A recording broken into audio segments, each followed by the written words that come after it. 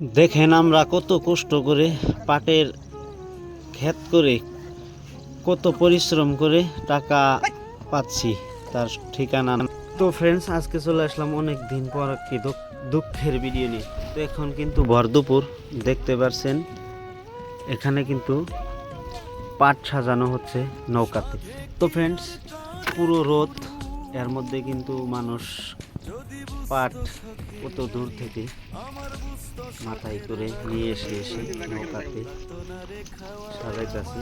তো এগুলো পাট কিন্তু এখান থেকে দূরে নিয়ে যাওয়া হবে, ওখানে নিয়ে কিন্তু এগুলো ব্যবস্থা করতেছি। তো ফ্রেন্ডস, আপনারা যারা বলেন যে এই বছর পাটের দামটা একটু বেশি, তো কৃষকদের লাভ হবে, তো তাদেরকে আমি বলতে চাচ্ছি, এই দেখুন দিব্যচর, এই দেখতে পাচ্ছেন নাও থেকে কমসে কম 2 কিলোমিটার দূরে, আমি জুম করে দেখাচ্ছি। তো ওখানে এগুলো মরা পাট কাটা হয়েছে। তো ওখান থেকে এগুলো রাস্তা ছেড়ে ছেড়ে কিভাবে কষ্ট করে নৌকাতে আনছে, যেখানে নৌকা স্ট্যান্ড করানো আছে, দাঁড় করানো আছে। দেখেন, এটা হচ্ছে নৌকার পিছন দিক। তো নৌকার পিছন দিক দিয়ে কত বড় সড়ো নদী তাও দেখাই। তো দেখিয়ে সর্বশেষে ঘুরে ঘুরে আমি আসলাম নৌকার আগে। এই যে দেখতে পাচ্ছেন নৌকার আগে পাটের মালিক কিন্তু দাঁড়িয়ে আছে, আর এইভাবে এখানে সিঁড়ি দেওয়া হয়েছে। তো এই মানুষগুলো অনেক কষ্ট করে ভর রোদ দুপুরে মাথায় করে পাটের বোঝা নিয়ে নৌকাতে আসছে। তবুও মানে একটু হাসি খুশিতে আসছে।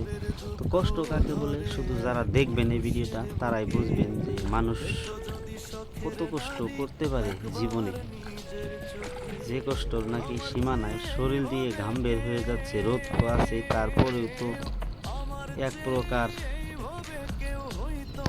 পোকার কামড় গায়ে লাগতে আছে। এরকম একটা অবস্থার মধ্যে ভর দুপুরে অনেকগুলো পাট, অনেক কয়জন মানুষ এখানে আনতাইছে। তো আনার পর দেখুন কিভাবে নৌকাতে সাজানো হয়েছে, আর এখানে কিন্তু একটু দাঁড়িয়ে মানে শৈল খাওয়াচ্ছে। তো আসলে অনেক পোকায় কামড়া পাটগুলো ভিজা পানিতে। তো মানে বলতে গেলে আর কি, এই কষ্টটা আমি মুখে প্রকাশ করতে পারবো না।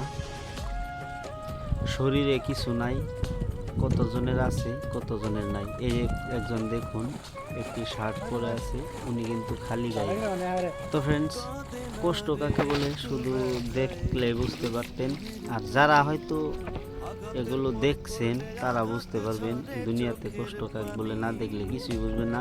মানে এই মুহূর্তটা যে আমি এনে উপস্থিত আছি, আমি কিন্তু অনুভব করতে পারতেছি যে কষ্ট কাকে বলে, আর মানুষ কত কষ্ট করতে পারে, কষ্টর সীমা নাই। তবুও মানে ভর দুপুরে দৌড়ে যাচ্ছে, দৌড়ে আসছে। এর কারণ হচ্ছে আবারও নৌকাতে সম্পূর্ণ পাট উঠিয়ে এখান থেকে চলে যাইতে হবে।